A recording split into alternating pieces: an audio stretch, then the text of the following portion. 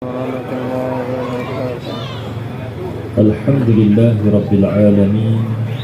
Nahmaduhu wa nasta'inuhu wa nastaghfiruhu wa nastahdihi wa na'udzu billahi min shururi anfusina wa min sayyiati a'malina. May yahdihillahu fala mudilla lahu wa may yudlilhu fala hadiya lahu.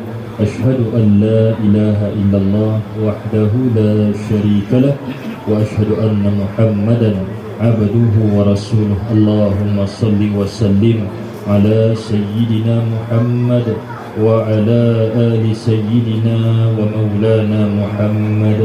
Qala rabbi shrah li sadri wa yassir li amri wahlul 'uqdatam min lisani yafqahu qawli. Subhanaka la ilma lana illa ma 'allamtana innaka antal alimul hakim wa la hawla wa la quwwata illa billahil aliyil azim. Allahumma iftah alaina hikmatak wa anshur alaina min khazain rahmatik ya arhamar rahimin. Amma ba'd. Terima kasih kepada saudara pengacara majlis yang saya hormati, Tuan Subri bin Haji Rosman, pengerusi Surau Parit Haji Osman Kampung Seri Bunian, kepada Tuan Imam Masjid Kampung Seri Bunian, kepada Tuan Imam Surau,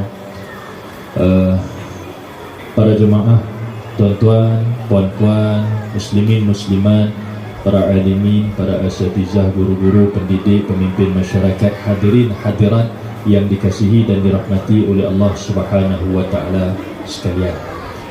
Apa khabar, semua sihat? Alhamdulillah. Alhamdulillah. Pertama sekali bersyukur kepada Allah Subhanahu wa taala dapat kita dipertemukan pada malam yang berbahagia ini, malam yang ketiga daripada bulan Rabiul Akhir 1444 Hijriah. Jangan risau terlebih daripada bulan Rabiul Awal, tapi istimewanya negeri Johor ni, dia punya maulid bukan sahaja pada bulan Rabiul Awal. Dia membawa sampai Rabiul Akhir, Jamadil Awal pun ada lagi, Jamadil Akhir pun ada lagi, kadang-kadang Rejab Syakban pun ada lagi. Subhanallah. Hebat orang Johor. Saya terkejut tuan-tuan dan puan-puan. Masa awal-awal datang ke Johor dulu, saya mula-mula menjejak kaki ke negeri Johor tahun 99 tuan-tuan. Daripada situ sampai sekarang tak balik-balik lagi ke Negeri Sembilan. Bukan tak balik tu maknanya tak balik kampung, balik, tapi yelah rezekinya di sini, bekerja lah dekat sini. Tapi orang rumah bukan orang sini. 4 anak IC01, Alhamdulillah. Maknanya terbukti lah orang Johor juga. Ramai yang dah IC01, kira orang Johor jugalah tuan-tuan. Baik, cerita pasal Maulid Rasul ni tuan-tuan, kalau di tempat lain memang hanya pada bulan Rabiul Awal dibuat majlis dan sebagainya. Ingat lagi masa awal-awal saya sibuk ataupun terlibat dengan ceramah-ceramah tuan-tuan, ada sekali tu ayah saya telefon, saya tak jawab. Jadi bila habis ceramah, saya pun telefon balik, ayah kata pergi mana, ada ceramah. Ceramah apa? Ceramah Maulidur Rasul. Maulidur Rasul apa je, dah bulan Rejab dia kata. Dah lajak dah tuan-tuan, 1, 2, 3, 4 bulan dah lepas daripada Rabiul Awal. Ya Allah, itulah istimewanya Johor. Orang luar pelik tuan-tuan. Kawan-kawan yang datang berceramah daripada kawasan Kuala Lumpur datang ke Johor. Pernah sekali, saya lupa tahun bila tuan-tuan, bulan Syakban, dia WhatsApp, dia kata, Syekh, Hana datang bulan Syakban ni, ada ceramah Maulid Rasul, jemput-jemput. Ditanya lagi sekali, betul ke Maulid Rasul? Kenapa tak betul lah, saya kata, orang ni dah habis lama dah. Di Johor bulan Syakban masih ada lagi. Subhanallah. Mudah-mudahan tuan-tuan, kecintaan kita kepada Rasulullah sallallahu alaihi wasallam yang kita tunjukkan melalui majlis-majlis seumpama ini. Mungkin tuan-tuan buat pada bulan Rabiul Akhir di awalnya, ada yang mungkin minggu depan baru buat. Dekat tempat saya, Taman Pulau Indah, cadang nak buat hari ni tapi ditangguhkan atas sebab-sebab tertentu. Bila nak buat tu Wallahualam, belum lagi tuan-tuan. Ada jemputan 24 November nanti. 24 November tu saya ingat dah masuk bulan Jamadil Awal agaknya.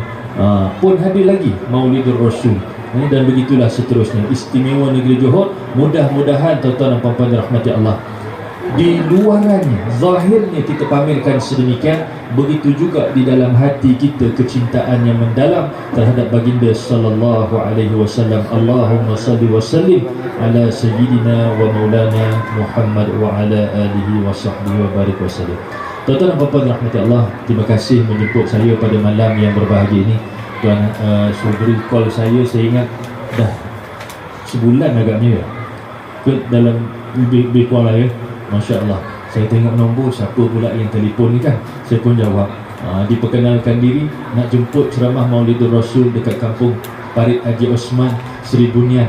Saya pun membayangkan, rasa macam lama tak lalu sini. Subhanallah, kalau pergi ke Tanjung Piai 2 minggu lepas ada lalu jugalah. Masa tu ada keluarga datang, kita bawa pergi Kopi Tenggit. Dia orang nak pergi viral, jadi bila dah ada orang Johor sini, minta orang Johor lah tolong tunjuk jalan, kita baru pergi. Lalu kat luar je tuan-tuan, tak masuk sampai ke sini kan. Subhanallah. Jadi saya pun insyaAllah 29 saya ada kelapangan lah, dan Alhamdulillah pada malam ini kita dipertemukan. Mudah-mudahan seperti yang Tuan Pengerusi sebut tadi, ada keberkatan dan kerahmatan dari sisi Allah Subhanahu wa ta'ala atas pertemuan kita semua, insya-Allah. Baik, tuan-tuan dan puan-puan rahmati Allah, kenapa kita mengadakan majlis seumpama ini? Kenapa kita mengadakan majlis memperingati Nabi sallallahu alaihi wasallam? Kenapa kita buat majlis Maulidur Rasul? Besar-besar kita buat macam ni, dengan kemahnya, pertandingannya daripada pagi sampai pukul 4 petang, makanannya subhanallah sangat-sangat sedap. Saya puji tuan-tuan, tuan-tuan perempuan rewang daripada pagi ya, daripada semalam, Masya Allah, tabarakallah. Dia punya rasa memang tak boleh lawan rasa dekat kedai lah. Kedai memang saya kata separuh lah rasa dia. Yang sini ni subhanallah memang padu, memang mantap. Rempah dia, rasa dia memang ikhlas lah, kita kata orang yang memasaknya. Subhanallah, minta maaf kalau ada tuan-tuan yang buka kedai. Bukan niat nak merendah-rendahkan, tapi ialah kita buat dengan bersungguh-sungguh, dengan lampu-lampunya, bunga pahanya, subhanallah. Anak-anak pun datang sama ke masjid. Seronok mereka, seronok kita semua. Kenapa kita adakan macam ni?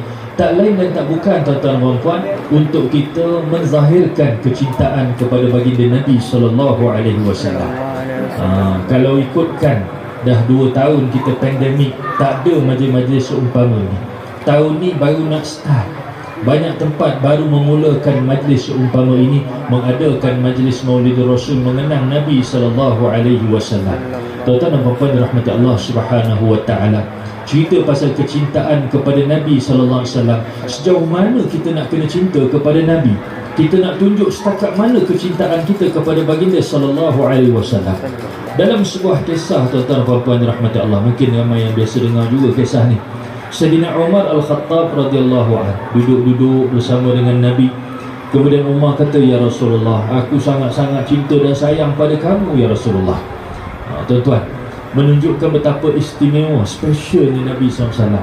Sampai Umar kata macam tu kepada Nabi. Tuan-tuan pernah tak jumpa Tok Imam? Saya sayang sangat dengan Tuan Imam. Ada tak tuan-tuan? Ada jugalah kalau jarang tu. Mungkin ada yang kata tak pernah. Sayang tu sayang lah kan. Maknanya kita sayang imam kita, kita sayang pengerusi kita dan sebagainya kan. Tapi kita jarang menzahirkan rasa sayang kita melalui pertuturan.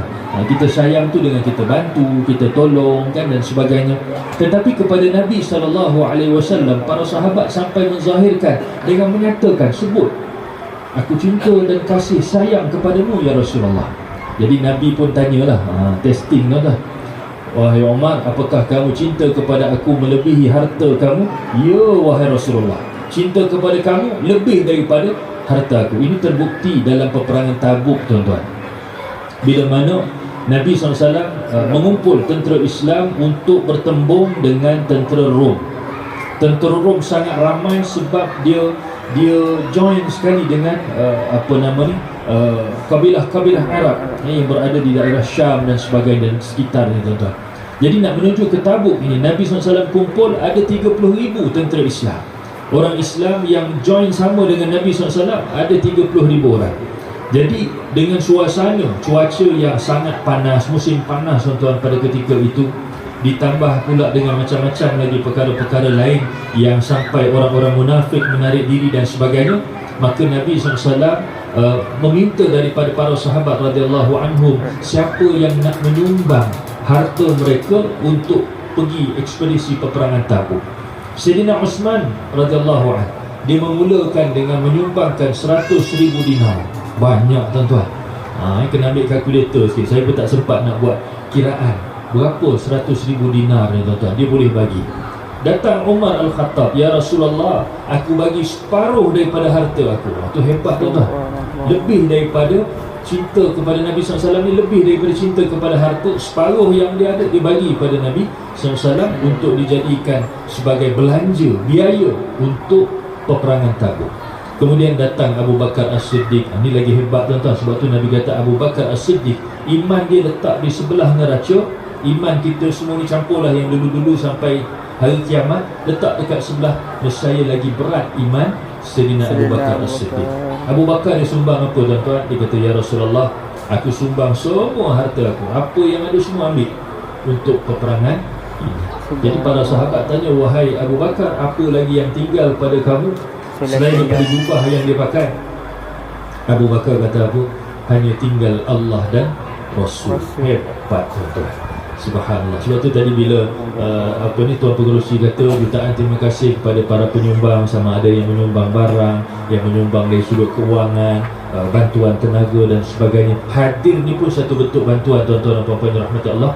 Sebenarnya semua itu adalah cerminan kepada kecintaan kita kepada baginda Nabi SAW, seperti mana para sahabat radhiyallahu anhu. Baik, sambung cerita Umar dengan Nabi tadi. Bila Umar kata, ya Rasulullah, lebih daripada aku cinta kepada harta aku. Kemudian Nabi tanya, apakah cinta kepada aku lebih daripada kamu mencintai diri kamu sendiri? Umar pun kata, lepas aku cinta diri aku cinta kepada kamu ya Rasulullah. Maknanya dah jadi nombor 2 pula cinta pada Nabi. Maka Nabi pun kata, la yu'minu ahadukum hatta akunu ahabba ilaihi min nafsihi wa walidihi wa waladihi wan nasi ajma'in, atau kama qala Rasulullah. Tak sempurna iman kamu wahai Umar selagi aku, yakni Rasulullah, tidak kamu cintai lebih daripada diri kamu sendiri, lebih daripada mak ayah kamu, lebih daripada anak-anak kamu, lebih daripada cinta kepada sekalian manusia yang lain. Terdiam sekejap Umar Al-Khattab ni, seorang yang kita kenal dia tegas perwatakan dia tuan-tuan. Terdiam sekejap. Kemudian dia kata, ya Rasulullah, sekarang aku cinta kepada kamu melebihi cinta kepada segala yang lain, termasuklah diri aku. Maknanya tuan-tuan, ranking cinta pada Nabi SAW selepas cinta kepada Allah ialah cinta kepada Nabi SAW. Sepatutnya begitu. Dan kemudian cinta pada mak ayah, keluarga kita dan sebagainya. Subhanallah. Jadi tuan-tuan dan puan-puan dirahmati Allah, mudah-mudahan dengan kita mengadakan majlis seumpama malam ini menjadi cerminan bahawa kita ini nak menzahirkan kecintaan kita kepada baginda Nabi SAW. Mudah-mudahan. Baik, tuan-tuan dan puan-puan dirahmati Allah, macam mana cara untuk kita menzahirkan kecintaan pada Nabi selain daripada buat majlis macam ni? Sebab kadang-kadang orang kata setahun sekali Ustaz, habis majlis habis. Jadi esok lusa ni macam mana pula gaya dia? Baik, Nabi SAW pernah menyatakan dalam sebuah hadis daripada Sayyidina Ali radhiyallahu anhu, riwayat Imam Asy-Syirazi. Nabi kata apa? Addibu auladakum ala thalathi khisal. Ajar anak-anak kamu 3 perkara, 3 sifat. Apakah dia? Pertama sekali, hubbi nabiyikum, cinta kepada Nabi kamu. Jadi kita kena ajar anak-anak kita cinta kepada Nabi. Jadi orang tanya, Ustaz, macam mana kita nak ajar cinta kepada Nabi? Kan mesti bermula daripada mak ayah itu sendiri. Itu dia tuan-tuan. Mak ayah sendiri kena mula mencintai Nabi SAW. Macam mana nak cinta pada Nabi? Anak-anak macam mana nak cinta pada Nabi kalau mak ayah tak cinta pada Nabi SAW? Macam pepatah Melayu kata apa? Ketam mengajar anaknya berjalan lurus. Mak ayah dia jalan bengkok, tapi dia nak ajar anak dia berjalan lurus. Tak jadi tuan-tuan. Jadi ibu ayah pun kena memulakan dengan kecintaan kepada Nabi SAW. Macam mana? Antaranya patuh kepada perintah Allah Subhanahu wa Ta'ala. Buat suruhan-suruhan Allah. Orang laki-laki hari Jumaat semalam, biasa kita akan dengar setiap kali pergi solat Jumaat, khatib akan kata apa? Ati Allah wa ati Rasul wa ulil amri minkum. Itu satu. Kedua, ittaqullah usikum wa iyaya bittaqwallah faqad fazal muttaqun.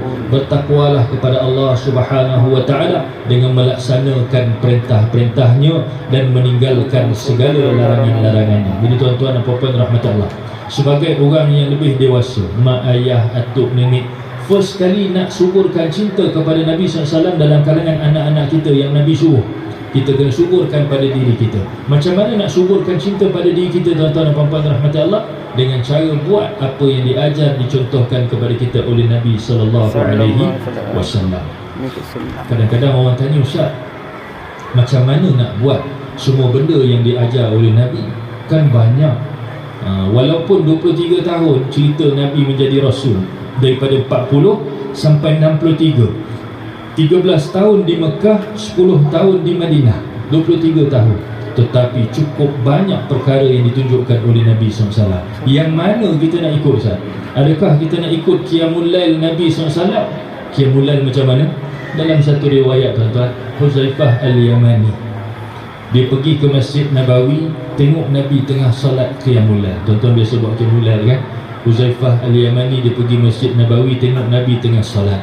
Jadi dia pun bermakmum dengan Nabi. Dia masuk kat tepi, jadi makmum kepada Rasulullah. Ini pun ulama kata membolehkan kita solat malam secara berjemaah.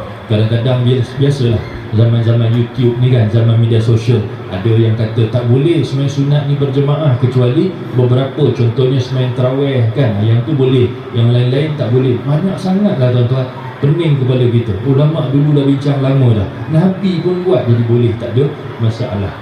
Jadi nak Qiyamul Lail berjemaah boleh, tak ada masalah. Sebab apa? Nabi pun buat, Huzaifah pun buat, sahabat-sahabat pun lakukan. Jadi Huzaifah pun solat belakang Nabi SAW.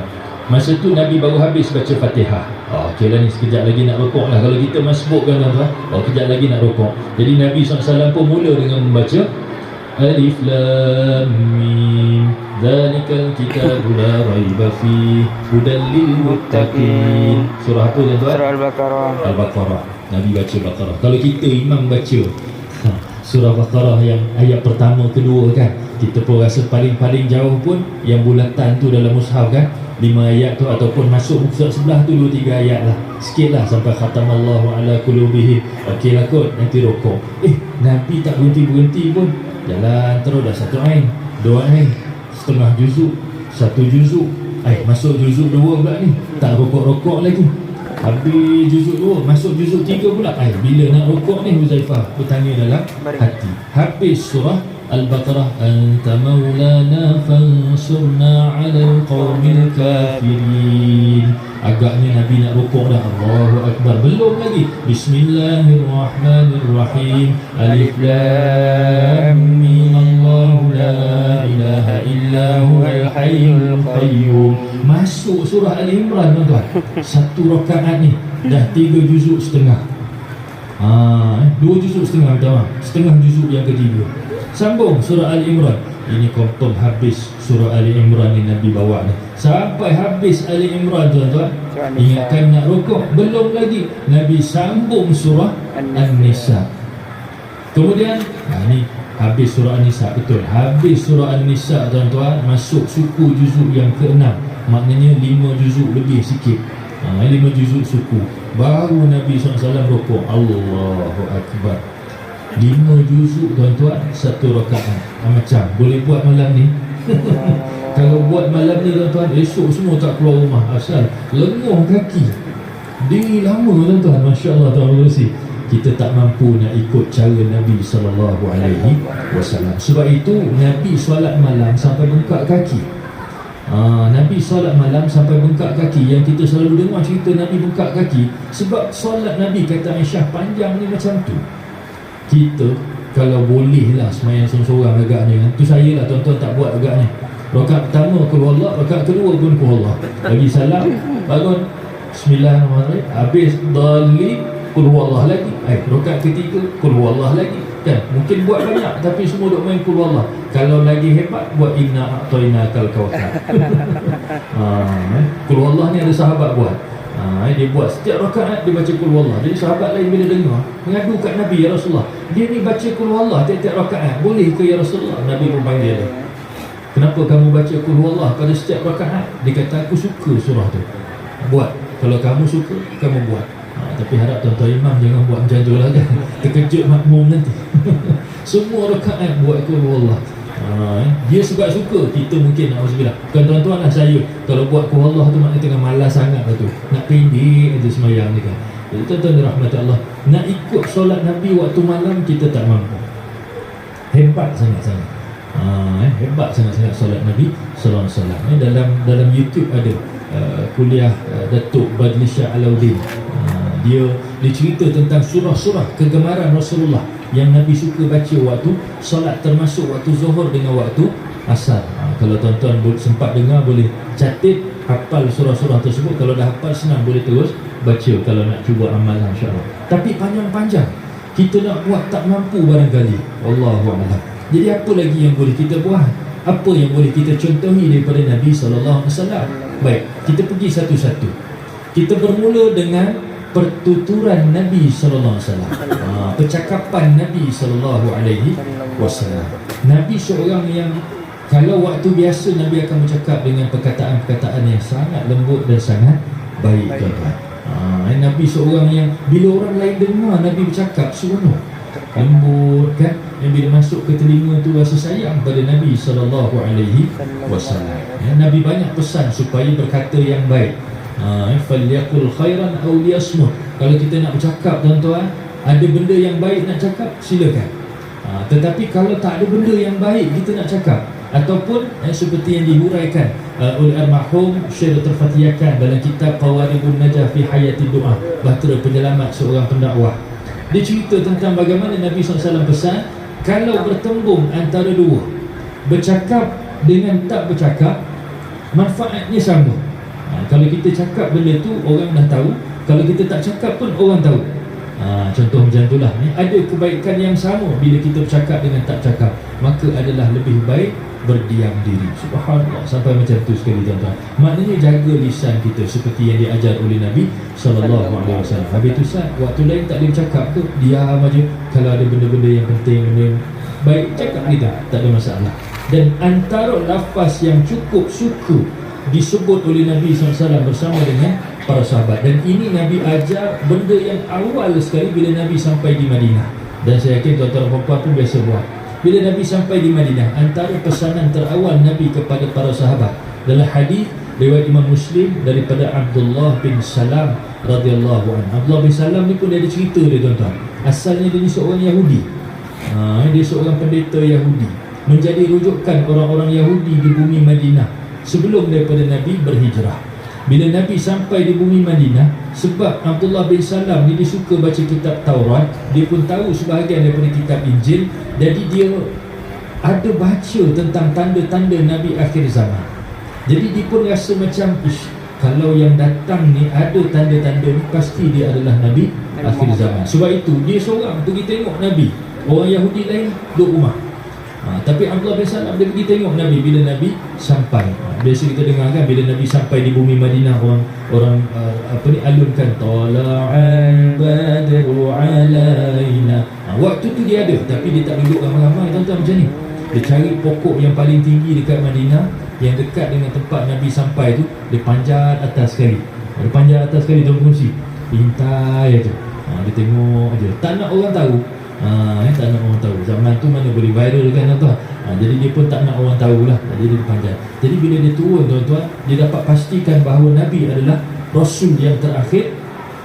Dia jumpa Nabi nak masuk Islam, kemudian dia bersyahadah depan Rasulullah sallallahu alaihi wasallam. Tengah dia bersyahadah dengan Nabi kat dalam rumah Nabi, tiba-tiba bunyi ada orang datang. Rupa-rupanya satu kumpulan ketua-ketua kabilah orang Yahudi nak jumpa dengan Nabi. Allah bin Salam kata, macam mana ya Rasulullah? Tak apa, kamu suruh belakang tirai dulu. Jadi ketua-ketua kabilah ni masuk, jumpa dengan Nabi. Yang ni adalah kitab Ar-Rahiqul Makhtum, Sirah Nabawiyah. Datang ketua-ketua kabilah ni tuan-tuan puan, jumpa dengan Nabi, berbual dengan Nabi. Kemudian Nabi pun tanya, ada ke dalam kalangan kamu ni seorang bernama Abdullah bin Salam? Dia kata, ada wahai Muhammad. Dia ni seorang yang baik, cukup berilmu, menjadi rujukan kami, macam-macam lah dia ceritakan. Jadi Nabi kata, kalau aku kata kepada kamu Abdullah bin Salam dah masuk agama aku, apa macam? Mustahil, Abdullah bin Salam tak mungkin akan ikut agama kamu wahai Muhammad.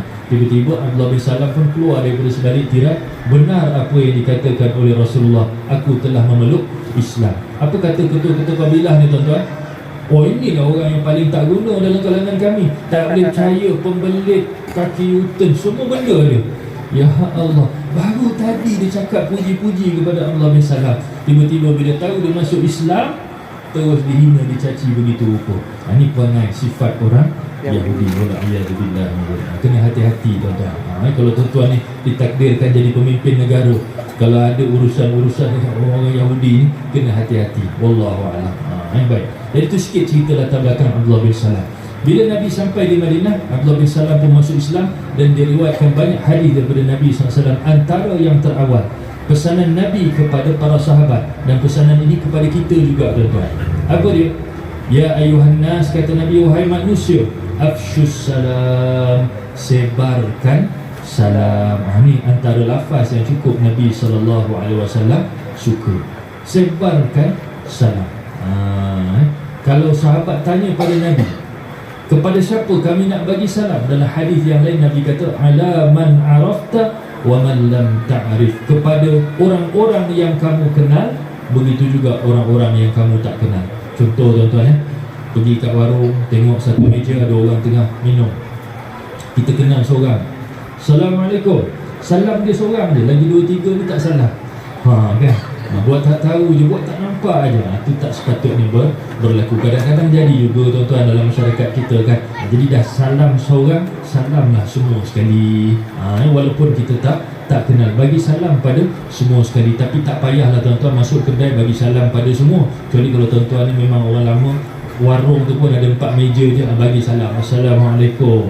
Jadi semua pun jawab salam. Tapi tiba-tiba masuk McDonald contoh tuan-tuan, Assalamualaikum, orang tu tengok atas bawah dia ni okey tak okey kan. Jadi satu kepelikan pula. Jadi kepada orang yang kita kenali dan ketahui dia orang Islam, kita pun bagi salam. Saya tengok dulu masa saya belajar dulu tuan-tuan di universiti, ada seorang ni, dia ni muka ala-ala Chinese tuan-tuan, ala-ala Cina lah muka dia.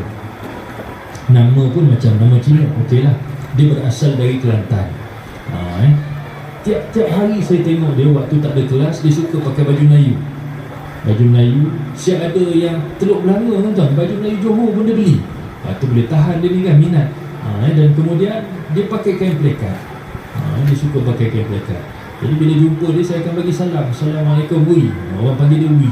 Jadi saya tak tahu nama panjang dia, panggil Wi lah. Bagi salam, lupa dia bagi salam, tapi dia gini-gini je, tu bagi salam dia, macam tu je kan. Apa hal dia ni tak mau jawab salam aku? Apa masalah dia kan? Satu hari tuan-tuan, saya terjumpa dia nak pergi bilik air, dia pakai tuala sahaja. Barulah saya faham dan saya tahu, dia ni bukan orang Islam, ada pakai rantai salib. Ya Allah, ingatkah orang Islam? Saya tanya kawan-kawan dia, dia ni memang biasa pakai baju Melayu dengan kain pelekat sebab dia orang Kelantan. Baru saya tahu, kalau kat Johor ni jarang nak jumpa orang bangsa lain nak pakai kain pelekat dengan baju Melayu. Tak tahu kalau ada kat kampung Seribu Nihan ni kan. Tapi wallahualam. Jadi itulah kisahnya. Jadi mana-mana yang kita tahu dan kita bagi salam, orang tu jawab, ya Alhamdulillah. Pernah juga satu ketika saya jalan-jalan dekat shopping komplek tuan-tuan, jumpa dengan seorang ni berkopiah, saya pun bagi salam dekat dia. Saya tak tahu apa yang pelik ataupun mana yang kurang daripada salam saya. Dia tengok saya atas bawah, muka macam dia tengok saya gitu kan. Saya kata salah ke saya bagi salam tadi kan. Dia pun tak jawab. Saya pun tak tahu apa isunya tuan-tuan. Tapi tak apalah, mudah-mudahan yang dia dengar tu saya bagi salam dan dia pun menjawablah, mudah-mudahan insya-Allah. Jangan dia dengar benda lain, sudahlah tuan-tuan. Tu yang dia tengok atas bawah kan. Baik. Jadi Nabi kata bagi salam. Tu cara untuk kita berhubung baik dengan semua sekali. Bahkan dalam hadis yang lain Nabi SAW ada sebutkan tentang syurga. Tak masuk syurga, la yadkhulul jannata hatta tu'minu. Tak masuk syurga sehingga kamu beriman.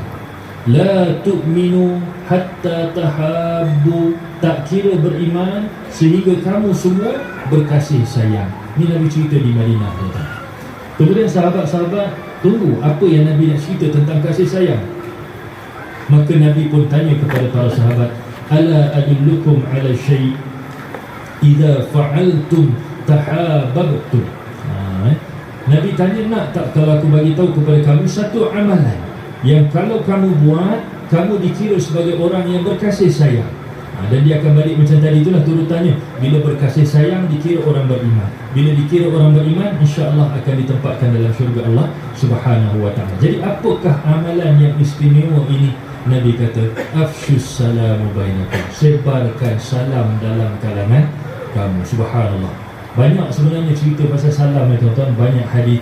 Jadi menunjukkan keutamaan memberi salam. Dari sudut ucapan Rasulullah, salam itu sesuatu yang utama. Para sahabat nak bagi salam pun Nabi bagi salam dulu. Sahabat-sahabat sempat jawab salam saja.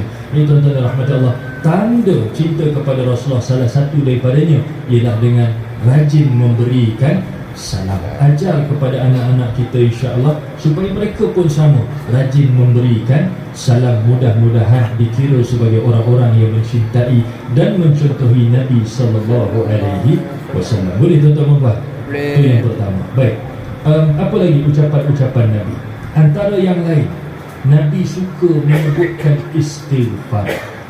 Wallahi inni la astaghfirullah fi kulli yawmin akthara min 70 marrah, atau kama qala Rasulullah. Nabi kata, demi Allah sesungguhnya aku beristighfar kepada Allah lebih daripada 70 kali satu hari. Ini amalan lidah tuan-tuan.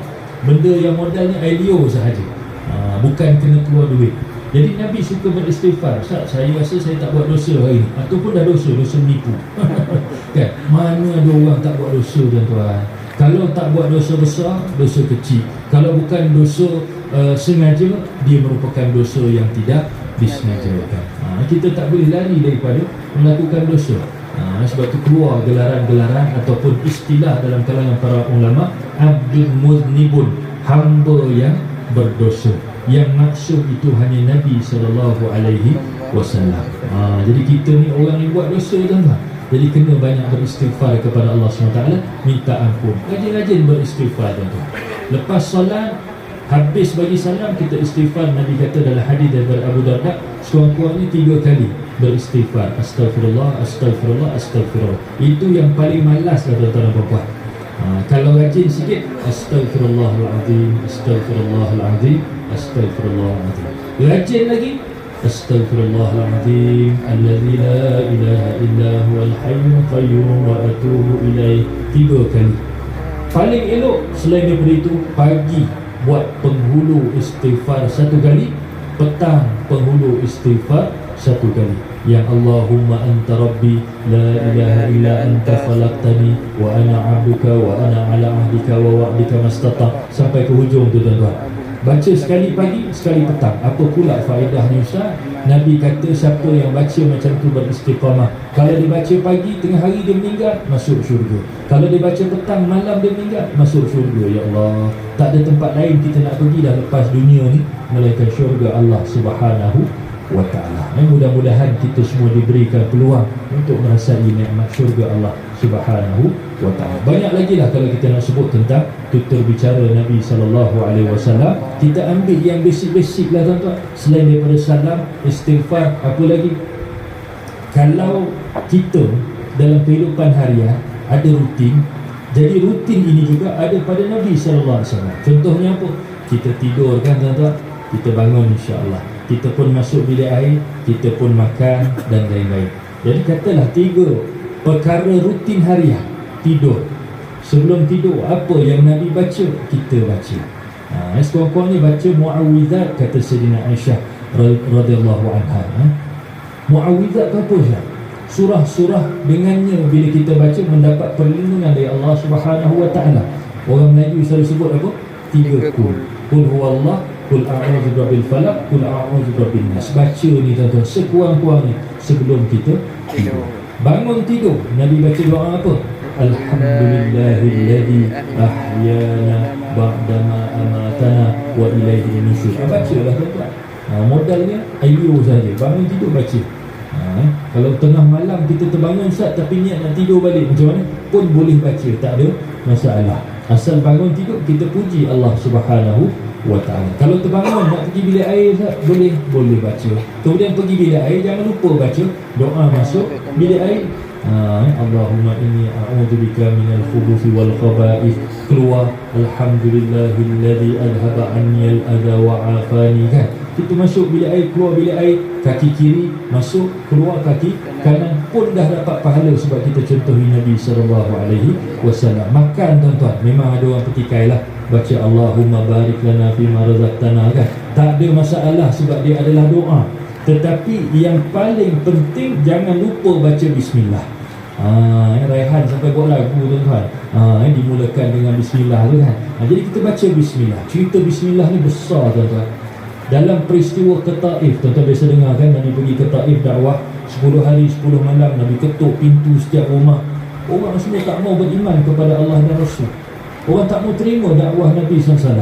Bila Nabi berada di Madinah, Aisyah radhiyallahu anha pernah tanya, ya Rasulullah, sepanjang berdakwah, apakah peristiwa dakwah yang paling berat pada kamu ya Rasulullah? Nabi jawab apa? Peristiwa dakwah ke Taif. Sebab apa?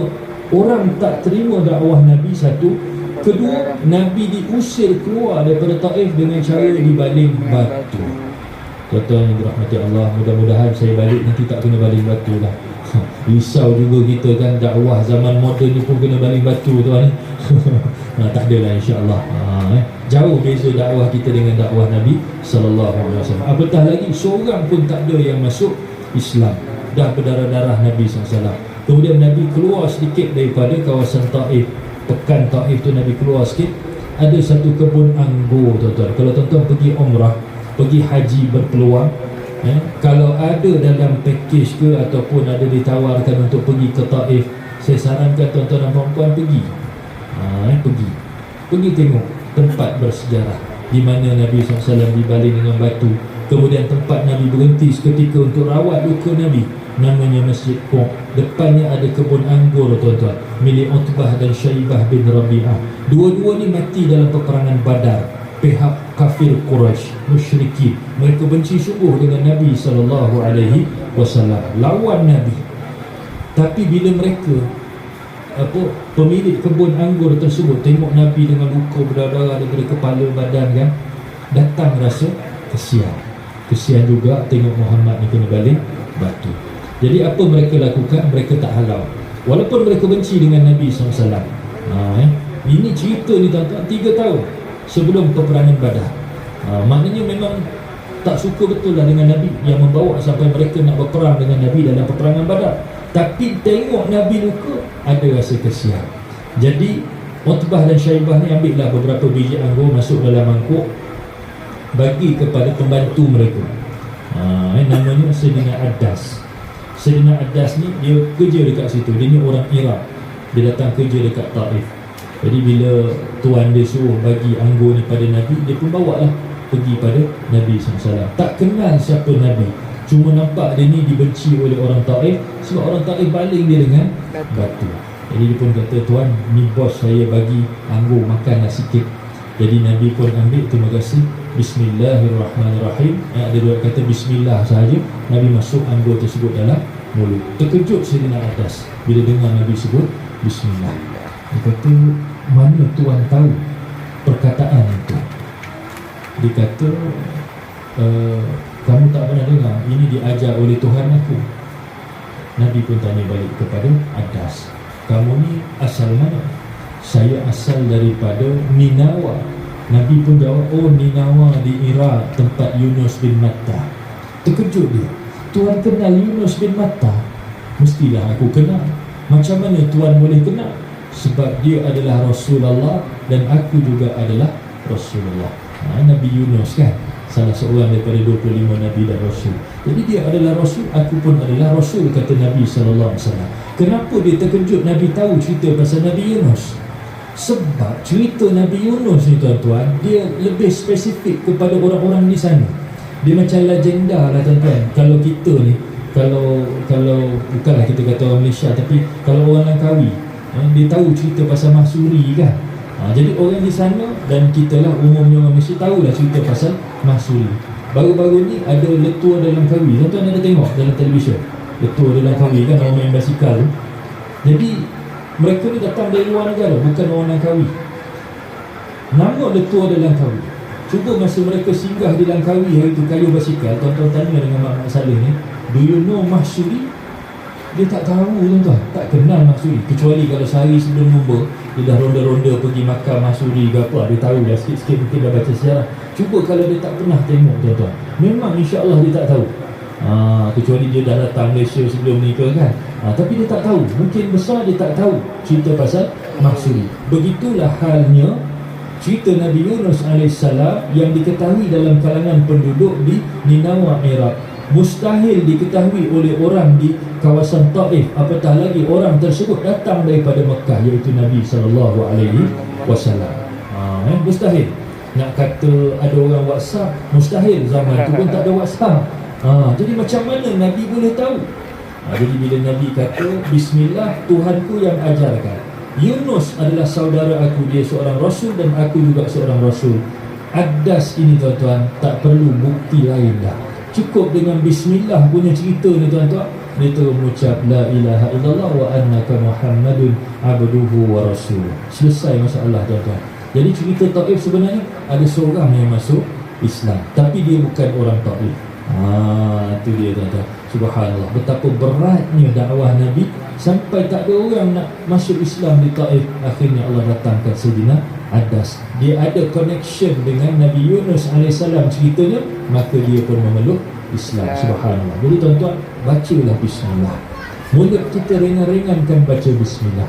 Ajar anak-anak untuk cinta Nabi dengan buat benda yang Nabi selalu sebut, iaitu membaca Bismillah. Nak pakai baju, baca Bismillah. Nak makan, baca Bismillah. Naik kereta, naik motor, baca Bismillah. Tapi jangan pergi mencuri baca Bismillah. Kan? Kadang-kadang ada juga cerita kan, orang nak curi slipper kat masjid, lawa slipper ni, Bismillahirrahmanirrahim, sahaja aku mencuri kerana Ta'ala. Tak boleh tuan-tuan. Jangan buat kerja pelik-pelik. Benda yang haram tak boleh di bismillahkan. Sebab benda tu benda yang dilarang oleh Allah Subhanahu wa ta'ala. Dan banyak lagi lah kalau kita nak sebut amalan harian kita buatlah seperti yang diajar oleh Nabi SAW. Itu yang pertama. Kedua tuan-tuan dan puan-puan rahmatullah, ibadah Nabi SAW. Apakah ibadah Nabi? Tadi kita sebut solat malam Nabi panjang. Sekejap Tuan Pengerusi, berapa jam kita punya ceramah? 2 jam. Saya risau takut terlebih masa. Saya kena letak jam kat depan. Kalau kata 2 jam, kita stop 2 jam. Kalau sampai pukul 2, kita stop pukul 2. Tak adalah tuan-tuan, saya gurau aja. Ustaz ni pertama kali jumpa, buat gurau kasar, nampak gaya kan. Tak maaf tuan-tuan. Baik, insyaAllah sikit lagi Baik, Nabi SAW solat malam panjang. Tapi ada juga riwayat daripada Aisyah radhiyallahu anha, Nabi suka solat malam dalam bilangan ganjil. Macam mana boleh jadi ganjil? Kan? Sebab Nabi buat solat witir. Senang je. Jadi tuan-tuan, kalau kita nak buat ganjil, boleh kita buat 3 rakaat. Jangan tuan-tuan buat 1 rakaat, teruk sangat. Buatlah tahajud 2, witir 1. Boleh lah, tu paling malas lah tu orang kata. Ulama membenarkan kita buat 1 witir. Jangan buat witir 1 saja, biar ada yang 2 rakaat bersama. Paling kurang 3 rakaat. Tapi Aisyah cerita Nabi SAW suka buat sekurang-kurangnya 9 rakaat pada waktu malam, ataupun 11 rakaat, ataupun 13 rakaat. Jadi tuan-tuan pilihlah mana yang rasa selesa. Nak baca Qul Huwallah semua, silalah, tak ada masalah. Setengah jam habis 9 rakaat pun boleh juga tuan-tuan, tak kisahlah, ikut masing-masing. Cuba benda-benda yang ringan-ringan, amalan seumpama ni kita cuba buat. Apa lagi ibadah Nabi SAW? Puasa Isnin dengan Khamis. Begitu juga hari-hari putih Nabi buat macam tu, kita pun cuba contoh ni. Saya nak buat lebih lah Ustaz. Teringat cerita Abdullah bin Amr bin Al-As. Tuan-tuan pernah dengar cerita Abdullah bin Amr bin Al-As? Amr bin Al-As seorang sahabat hebat. Anaknya Abdullah pun hebat juga. Ceritanya ibadah dia sangat-sangat hebat. Tiap-tiap hari dia khatam Quran. Bukan baca Qul Huwallah 3 kali tuan-tuan, dia baca betul. Dia baca betul. Ustaz, betul ke cerita boleh khatam Quran setiap hari? Dalam sehari tu boleh ke khatam 30 juzuk. Bulan Ramadan kita biasa dengar tuan-tuan kan, Imam Syafi'i rahimahullah, dia akan khatam 2 kali satu hari. Macam tak logik lah. Kan? Betul. Tuan-tuan dan puan-puan rahmatullah, pengalaman saya sendiri, guru saya masa saya belajar di pondok di Pasir Mas, Kelantan. Guru kami namanya Ustaz Ramli, seorang hafiz Quran, datang daripada Thailand. Dia dijemput di satu masjid di negeri Selangor untuk jadi imam tarawih. Kemudian pada hari yang ke-27 Ramadan, sebelum dia balik, AJK Masjid minta dia buat satu program. Boleh tak Ustaz? Dia kata, kita nak buat khatam Quran dalam masa satu hari. Jadi Ustaz saya ni kata, boleh insyaAllah. Berani dia tuan-tuan, khatam Quran dalam masa satu hari. Dan permintaan bukan dibaca dengan buka mushaf, baca secara hafalan 30 juzuk. Kalau tuan-tuan dan puan-puan ada yang pernah melalui proses, ataupun ada anak-anak yang belajar di pondok-pondok kan, dia punya syahadah tu memang macam itulah cara dia. Cuma yang ni buat dalam masa satu hari. Pondok-pondok, sekolah-sekolah tahfiz dia buat 10 juzuk satu hari, ada yang buat 15 juzuk satu hari kan. Yang ni 30 juzuk satu hari. Dia sahut cabaran tersebut untuk buat program bermula daripada lepas subuh. Tuan-tuan ingat, ini bulan puasa, bukan bulan biasa. Memang tak ada minum air. Jadi habis solat subuh, lepas wirid, terus set up, duduk, Ustaz saya duduk kat depan. Kemudian ramai penuh masjid tuan-tuan, semua orang buka mushaf, tolong semak bacaan. Bermula daripada lepas subuh sampai waktu duha, berhenti kejap, solat, rehat, sambung lagi sampai waktu zuhur. Berhenti solat zuhur, tak ada makan tengah hari sebab ni bulan puasa. Lepas zuhur sambung lagi sampai asar, rehat kejap. Lepas asar sambung lagi sampai maghrib, berbuka, solat maghrib, lepas tu sambung sekejap. Saya ingat waktu tu maghrib kat Selangor dalam 8.30, dalam pukul 8 lebih sikit selesai 30 juzuk.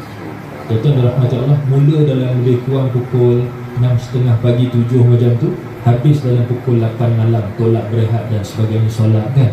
Jadi lebih kurang 12-13 jam boleh khatam 30 juzuk satu kali. Kadar bacaan tidak terlalu laju, di mana orang lain yang datang boleh sama-sama baca dan semak. Kalau laju sangat macam bullet train, tuan-tuan, orang ni tak boleh nak semak.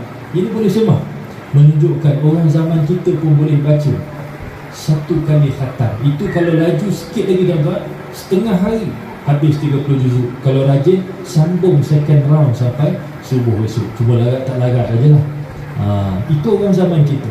Bayangkan Imam Syafi'i rahimahullah 150 hijrah, kita 1400, dia 150 hijrah. Maknanya lagi dekat dengan zaman para sahabat radhiyallahu anhu. Sahabat-sahabat memang sangat hebat. Macam tadi lah, boleh bersedekah semua harta, sampai tinggal jubah Allah dan Rasul saja. 3 benda je tinggal. Jubah yang Abu Bakar pakai, Allah dan Rasul, itu sahaja yang tinggal. Hebat mereka, kita tak mampu menandingi mereka. Para sahabat orang-orang yang hebat, yang kemudian daripada mereka pun orang-orang yang hebat. Kita ni mungkin tinggal cebisan-cebisan kehebatan yang ada pada mereka. Mudah-mudahan itu cukup untuk bawa kita masuk syurga Allah Subhanahu wa taala, insya-Allah. Allah Subhanahu wa taala. Zaman kita ada orang boleh buat. Bayangkan Imam Syafi'i rahimahullah, pasti dia boleh buat dengan lebih baik sebab keberkatan. Beza tuan-tuan, keberkatan. Imam Syafi'i ni dia memang hebat. Kita banyak dengar cerita pasal ingatan dia mantap kan tuan-tuan. Bagaimana dia belajar Muwatta' Imam Malik. Kitab Muwatta' Imam Malik tebal tuan-tuan. Sebelum masuk kelas, Imam Malik tanya, betul kamu nak masuk kelas aku belajar? Sebab mak Imam Syafi'i yang hantar dia pergi belajar. Budak lagi tuan-tuan, kalau kita tengok boleh ke belajar ni, budak kecil macam ni kan. Imam Malik seorang yang serius. Jadi dia tak mau duduk main-main. Jadi masuk Imam Syafi'i ke dalam kelas dia, dalam keadaan dia dah hafal kitab Muwatta' Imam Malik. Tuan-tuan, kalau tuan-tuan buat kuliah dekat surau, dekat masjid kan, ustaz yang datang mengajar kitab, ada tak daripada kalangan tuan-tuan puan-puan yang hafal kitab tu dulu sebelum masuk kuliah dekat masjid? Tak sanggup gitu tuan-tuan. Bukan tak buat, memang tak sanggup nak hafal. Kan? Imam Syafi'i dia hafal kitab tu tuan-tuan, baru masuk kelas belajar. Masuk kelas biasalah orang susah, mana ada pensil, mana ada pen, mana ada kertas nak tulis, walaupun zaman tu bukan pakai kertas macam kita kan. Jadi Imam Syafi'i buat catatan kat mana? Kat tapak tangan aja, pakai air liur. Imam Malik tengok daripada jauh, geram je budak ni main-main air liur pula dalam kelas aku. Dia pun panggil Imam Syafi'i, mari sini kamu.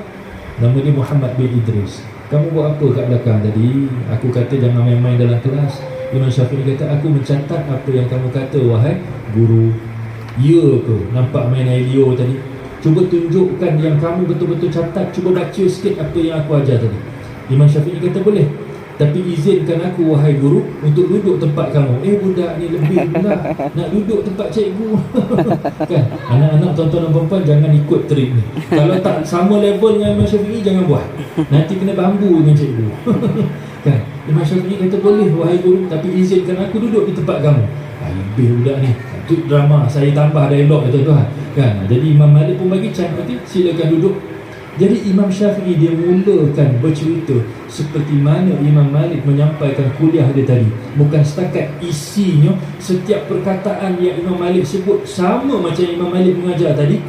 Sama pergerakan. Kalau Imam Malik angkat tangan macam ni waktu cerita, waktu mengajar, Imam Syafi'i pun angkat tangan macam itu. Kalau waktu sebut satu-satu benda, Imam Malik pandang ke kanan, Imam Syafi'i pun pandang ke kanan. Kalau waktu tu Imam Malik pandang ke kiri, Imam Syafi'i pun pandang ke kiri. Tuan-tuan ingat tak tadi saya pandang mana yang banyak? Tak. Saya pun tak ingat.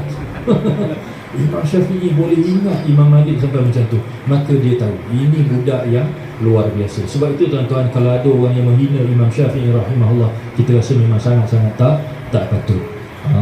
Dia pun keturunan Rasulullah sallallahu alaihi wasallam. Yang ini patut kita contohi dan kita sayangi tuan-tuan. Baik, dalam cerita yang lain, bila Imam Syafi'i dah besar sikit, dia belajar dengan Imam Nafi. Maaf tuan-tuan, saya corner sikit cerita Imam Syafi'i. Patut cerita malam ni pasal sirah Nabi SAW, tapi nak cerita tentang barakah tadi tu.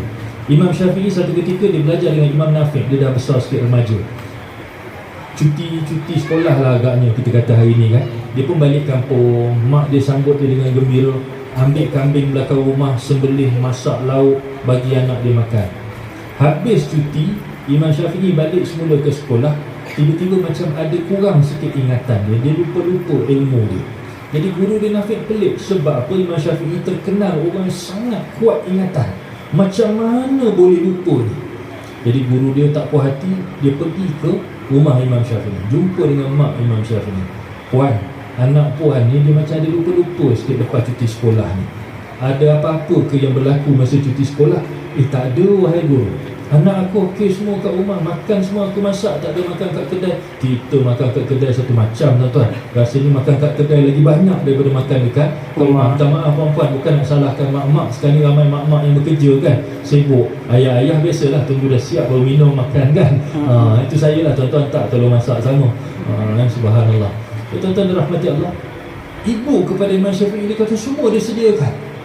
Mustahil apa yang buat dekat rumah tu menyebab ataupun jadi punca kepada anak dia lupa. Tapi bila fikir-fikir balik, anak dia memang tak keluar rumah. Jadi mana lagi tempat yang boleh jadi punca lupa dia tadi tu. Maka ibu dia pun siasat. Fikir. Baru dia teringat tuan-tuan. Sebelum Imam Syafi'i balik cuti, ada sekali kambing yang dia sembelih buat makan tu pergi makan rumput jiran sebelah. Kambing punya hal tuan-tuan, pergi makan rumput jiran sebelah. Jadi mak dia tengok tak ada rumah, agaknya dia orang pergi cuti overseas ke apa, nanti dia orang balik nak minta izin. Hari tu kambing saya ada makan rumput sikit, kan. Jadi nak minta izin, agaknya lama sangat tunggu, terlupa. Bila terlupa tuan-tuan, anaknya balik excited, dah sembelih kambing pun tak ada. Mana nak ingat lagi dah tuan-tuan, lupalah terus kan.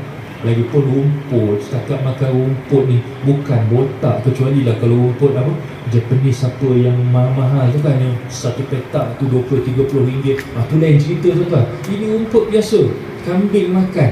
Jadi kalau kita lah rasanya macam tak ada benda pun, nak ambil lebih pun boleh, silakan. Ini sebab kambing tak minta izin makan. Kambing memang tak minta izin tuan-tuan. Tuan dia lah kena minta izin kan, tapi terlupa nak minta izin. Kambing tersebut dah disembelih jadi lauk makan. Puncanya daripada kambing tadi, hilang ingatan ilmu Imam Syafi'i. Nak tunjuk betapa besarnya penangan barakah dalam kehidupan kita. Kalau kita muhasabah diri tuan-tuan, bukan salah semut sebenarnya. Kita yang lupa ni selalu kata ni mesti makan semut banyak. Semut juga yang salah tuan-tuan. Padahal yang kita makan hari-hari itu tak apalah. Wallahu a'lam. Jadi sama ada kalau tuan-tuan ni penyedia makanan, orang yang makan, jagalah makan sebaik-baiknya, insya-Allah. Sebab tu dulu masa belajar kat pondok tuan-tuan, guru kami sangat larang kami makan benda-benda luar daripada sekolah. Balik cuti tu, mak ayah dipanggil, kena ada taklimat macam ni, bagi tahu jangan bagi makan dekat luar. Sampai macam tu sekali tuan-tuan. Sebab apa? Bimbang. Contohnya Bila makan, orang yang menyediakan tu tak solat, orang yang menyediakan makanan tu tak tutup aurat, orang yang menyediakan makanan tu ahli maksiat. Semua ini akan memberi kesan kepada jiwa dan rohani kita, khususnya orang yang belajar. Tengok apa jadi pada Imam Syafi'i rahimahullah. Dahsyat tuan-tuan. Jadi barakah yang sebegitu hebat yang ada pada Imam Syafi'i, tak hairan dan tak mustahil kalau dia boleh baca Quran 2 round satu hari pada bulan Ramadan. Tak heran kalau pada malam hari dia boleh tak tidur. Yang cerita dia pergi rumah Imam Hanbali kan, tidur duduk rumah Imam Hanbali, makan banyak dan sebagainya, tak tidur daripada malam sampai ke subuh, dan solat subuh dengan wuduk isyak. Kita tak payah solat subuh dengan wuduk isyak lah tuan-tuan. Wuduk isyak tadi ada lagi ke tidak? Tanya masing-masing.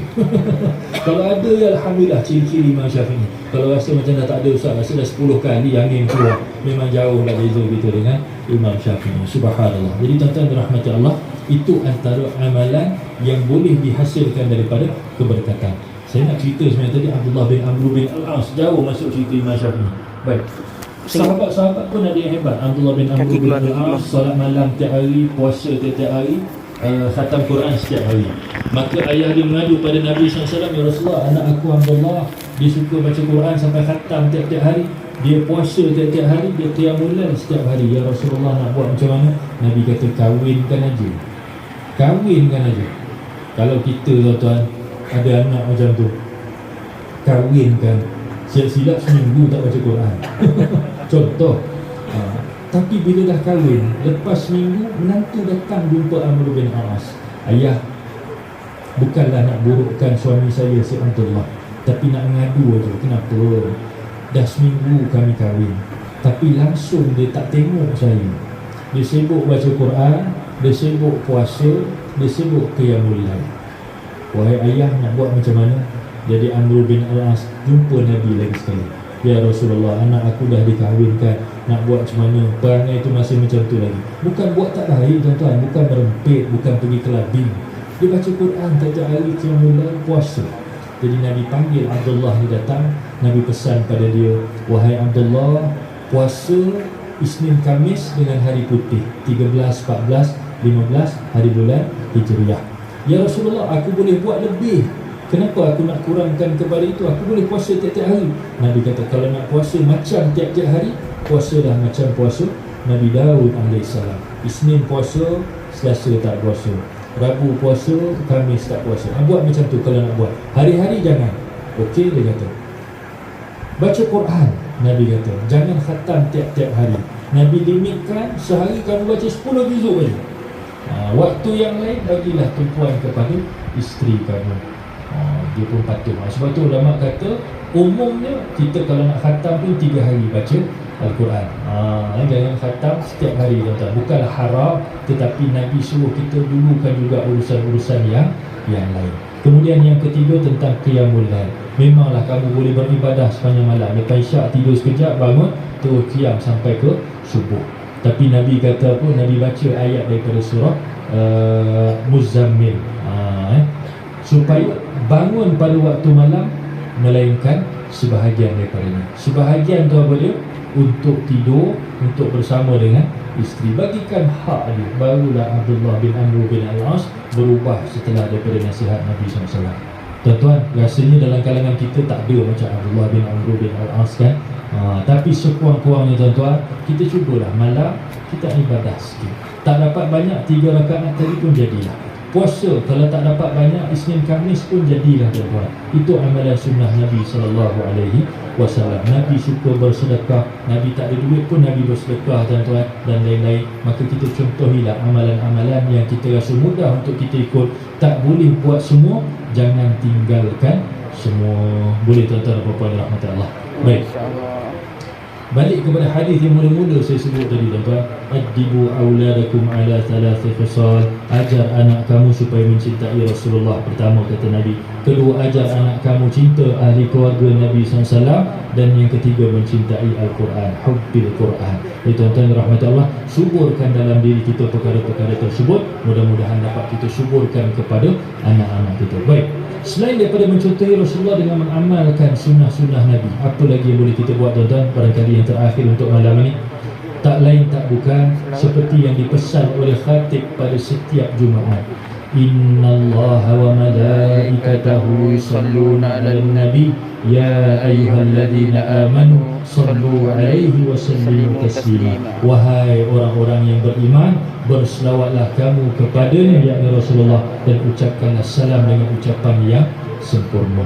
Kenapa? Sebab Allah dan malaikat pun berselawat kepada Nabi sallallahu alaihi wasallam.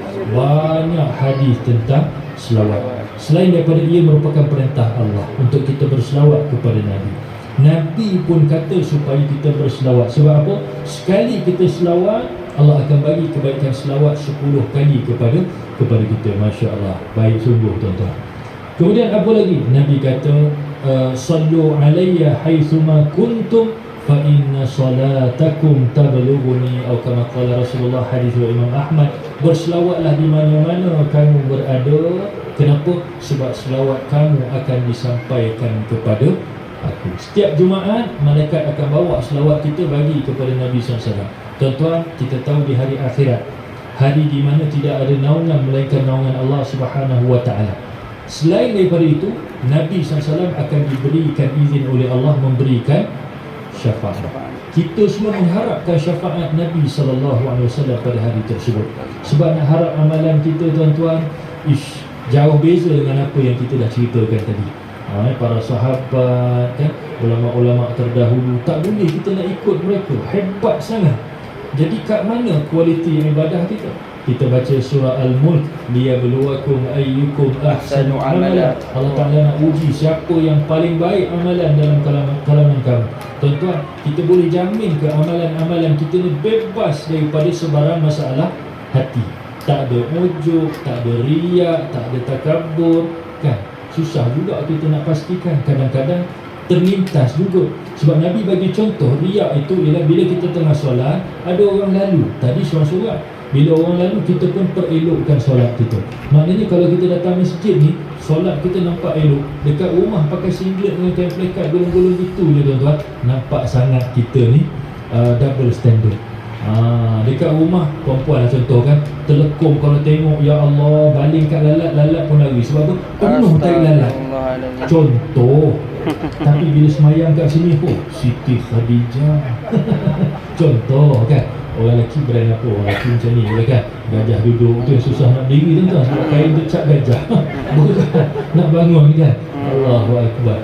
Jadi nak harapkan amalan kita, tuan-tuan, yang mungkin kita ni tak standing dengan orang-orang yang terdahulu. Nak harapkan zikrullah. Imam Ghazali ajar kita zikir harian 1000. Itu pun kita tak boleh nak capai, tuan-tuan. Nabi ajar zikir 33 lepas solat pun susah nak buat kadang-kadang orang kita. Bukan tuan-tuan lah, orang tempat lain, kan. Susah nak buat, tuan-tuan. Jadi apa lagi yang ada pada kita untuk dapat syafaat Nabi SAW? Kita nak dapat contoh macam raya, kan. Bila hari raya, Perdana Menteri pun umum tol percuma, seronok kita. Subsidi akhirat, syafaat Nabi SAW. Jadi tuan-tuan dirahmati Allah, cara nak dapat syafaat Rasulullah, salah satu daripadanya ialah berselawat kepada Nabi SAW. Allahumma salli wa sallim ala sayyidina wa maulana Muhammad wa ala alihi wa sahbihi wa barik wa sallam. Ini tuan-tuan dan puan-puan dirahmati Allah Subhanahu wa ta'ala, pada malam ini dengan kesempatan ceramah yang diberikan, saya nak mengajak diri saya dan tuan-tuan dan puan-puan dirahmati Allah SWT supaya kita menzahirkan cinta kita kepada Allah Subhanahu wa ta'ala dengan mencontohi Nabi SAW, dengan mencintai Nabi SAW. Dalam surah Ali Imran ayat 31, qul in kuntum tuhibbunallaha fattabi'uni yuhibbukumullah wa yaghfir lakum dzunubakum. Katakanlah wahai Muhammad, kalau kamu cinta kepada Allah, maka ikutlah Nabi. Cinta pada Allah tak, tuan-tuan? Pasti kita kata ya. Kita hamba Allah, kita orang beriman, kita cinta pada Allah. Jadi cara nak zahirkan cinta kepada Allah SWT, maka ikutlah Nabi SAW. Apa sahaja yang Nabi tunjukkan kepada kita, kita belajarlah. Sebab itu tuan-tuan, saya suka galakkan, ada majlis ilmu, datang. Mana-mana lah, tak kira. Ada kuliah lepas maghrib, silakan datang. Luar buat kuliah, datang, tuan-tuan. Nabi pun pesan, kun aliman aw muta'alliman aw mustami'an aw muhibban wala takun khamisan fatuhlik. Jadilah kamu orang alim. Ustaz, saya ni nak juga jadi orang alim sebenarnya, tapi belajar tak alim-alim. Macam mana? au muta'alliman. Nabi kata kalau belajar-belajar tak jadi alim, jadilah orang yang selalu belajar, rajin belajar, menuntut ilmu. Ramai kita kenal tuan orang-orang yang kita rasa ilmu ni dah banyak, tapi dia rajin menadah ilmu. Subhanallah, nak belajar tuan-tuan. Tapi itulah Ustaz, saya ni nak kata belajar macam tak belajar lah. Datang tu kadang-kadang dengar, tapi bila balik macam khutbah Jumaat, orang lelaki kan, balik orang rumah tanya, bang tadi khutbah tajuk apa? Entah, khatib tak sebut tajuk, dia salahkan khatib juga tuan-tuan. Tak patut kan. Padahal tadi setuju. Khatib cakap apa, setuju kan. Daripada awal lagi setuju. Lagi-lagi masjid aircon sekarang tuan-tuan, banyak tempat kan. Bila aircon ni, saya tak salahkan masjid lah, tapi kita lah kan. Bila berpeluh-peluh tu duduk dalam aircon, setuju. Balik rumah tanya tajuk apa, kita pun salahkan khatib. Khatib tak sebut tajuk, khatib juga yang salah. Jadi saya ni Ustaz, masuk kuliah pun macam tu. Bila time kuliah, minta maaf tuan-tuan, ni orang tempat lain, bukan orang sini. Cari dinding, cari tembok kan, nak menyandar. Tak ada dinding, tak ada dinding, tak ada tembok. Hari tu saya ada ceramah maulud tuan-tuan. Dia orang bagi cendera hati. Dapat apa? Sejadah yang boleh buat menyandar tu. Luar biasa. Saya tengok juga kat masjid kan, mana nak beli tak tahu, tiba-tiba dapat. Alhamdulillah. Try juga. Sedap ni menyandar. Patutlah pejam aja kalau duduk kan. Macam-macam inovasi tuan-tuan. Jadi itulah Ustaz, macam mana nak jadi orang muta'alliman kalau tak masuk dalam kategori yang kedua, orang yang selalu belajar. Boleh masuk kategori ketiga. Apa dia? Au mustami'an, orang yang dengar ilmu. Mustami'an, dengar aja. Balik tanya, Ustaz cerita apa tadi? Tak perasan, lelaki sangat. Kan macam-macam lah. Tapi dengar. Datang dengar dan sebagainya kan. Okey, Alhamdulillah. Anak-anak pun sama. Sebab tu orang kata bawa anak-anak pergi masjid dan surau. Sebab apa? Dengar selalu kan. Kita tak tahu mana yang melekat. Hari tu anak saya yang 5 tahun tu tuan-tuan. Anak saya 7 orang Alhamdulillah. Yang nombor 5 tu sekejap. Nombor 5 tu. Nombor 5 6 tahun. Bawa dia pergi masjid.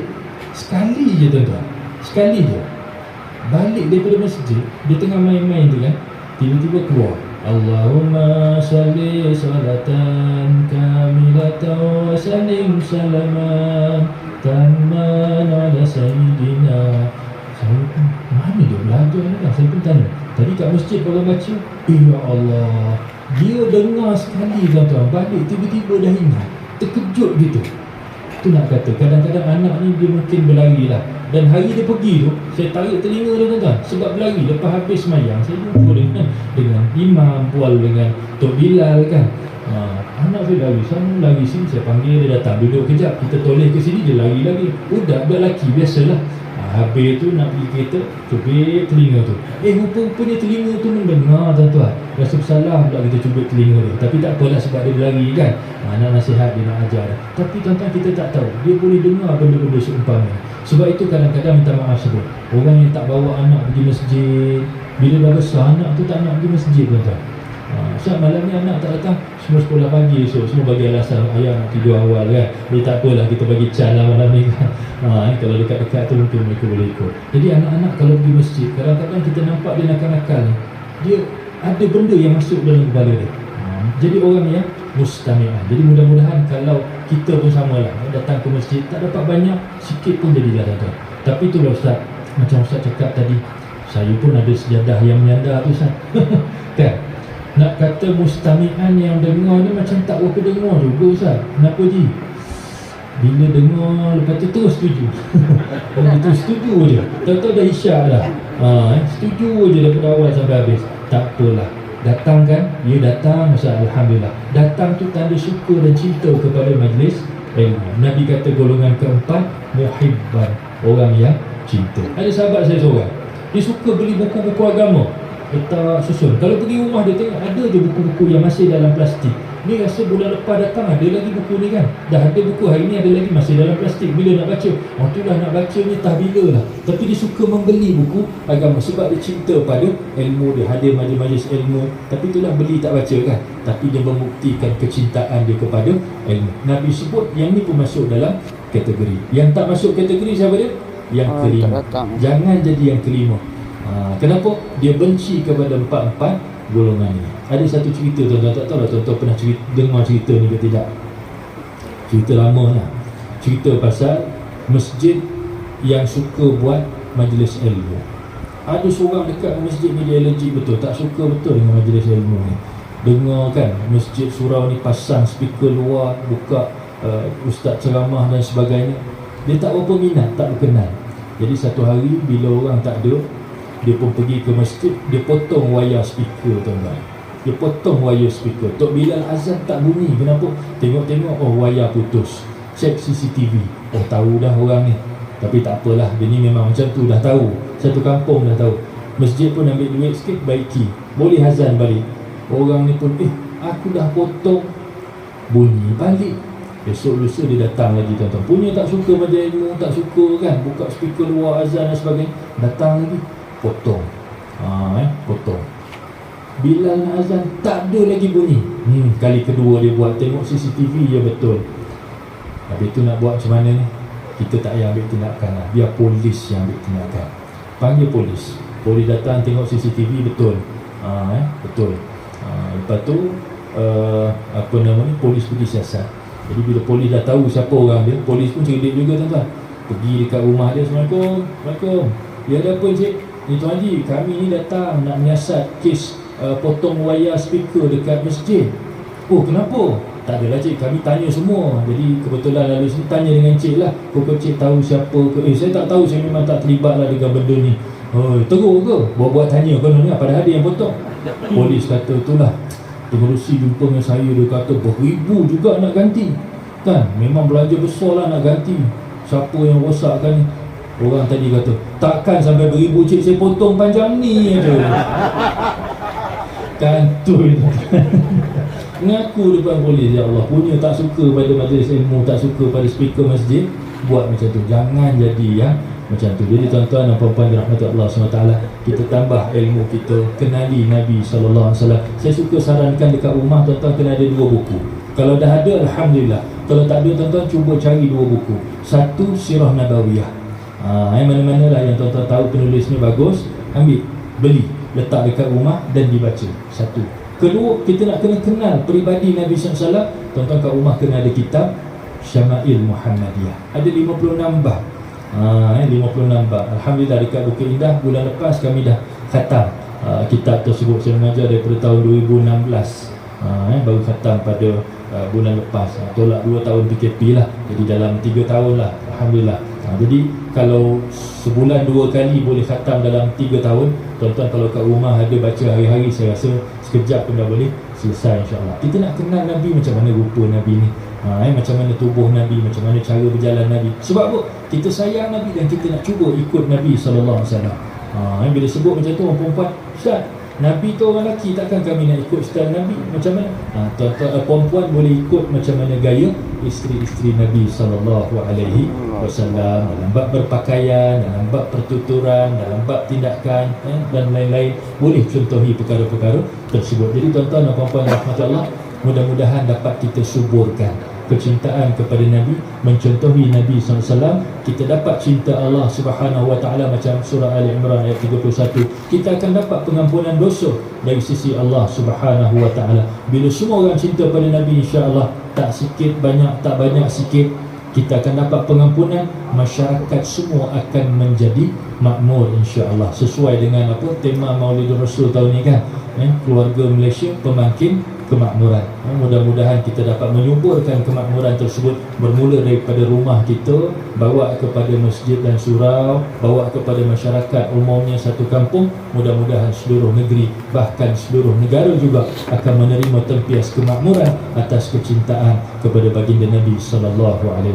Wallahu ta'ala a'lam. Siang lebih kita dapat bersama-sama membicarakan tentang Rasulullah dan beberapa kisah yang berkaitan. Begitu juga cuba sedaya upaya untuk menyuburkan kecintaan kepada Nabi SAW. Mudah-mudahan tidak berhenti dan berakhir hanya dalam majlis ini sahaja, malah dapat kita bawa dalam kehidupan kita esok, lusa, minggu depan, bulan depan, tahun akan datang, sampailah ke hujung usia kita semua kelak, insya-Allah. Wallahu ta'ala alam. Sekali lagi saya mohon maaf salah dan silap, kekurangan di mana-mana. Terima kasih banyak-banyak atas jemputan undangan tuan-tuan dan puan-puan juga kesudian untuk mendengar bersama-sama dengan saya sampai ke hujung majlis. Alhamdulillah, mudah-mudahan Allah memberkati dan merahmati kita semua. Mana yang baik semuanya daripada Allah Subhanahu wa taala, yang lemah yang kurang daripada kekurangan saya hakikatnya daripada Allah Subhanahu wa taala juga. Mudah-mudahan Allah ampunkan untuk diri saya dan kita semua, insya-Allah. Sekian dahulu daripada saya. Terima kasih banyak-banyak sekali lagi. Aku qauli hadza wa astaghfirullahal azim li wa lakum wa billahi taufiq wal hidayah. Wassalamualaikum warahmatullahi wabarakatuh. Saya kembalikan kepada pengacara majlis. Terima kasih. Majlis mengucapkan ribuan terima kasih kepada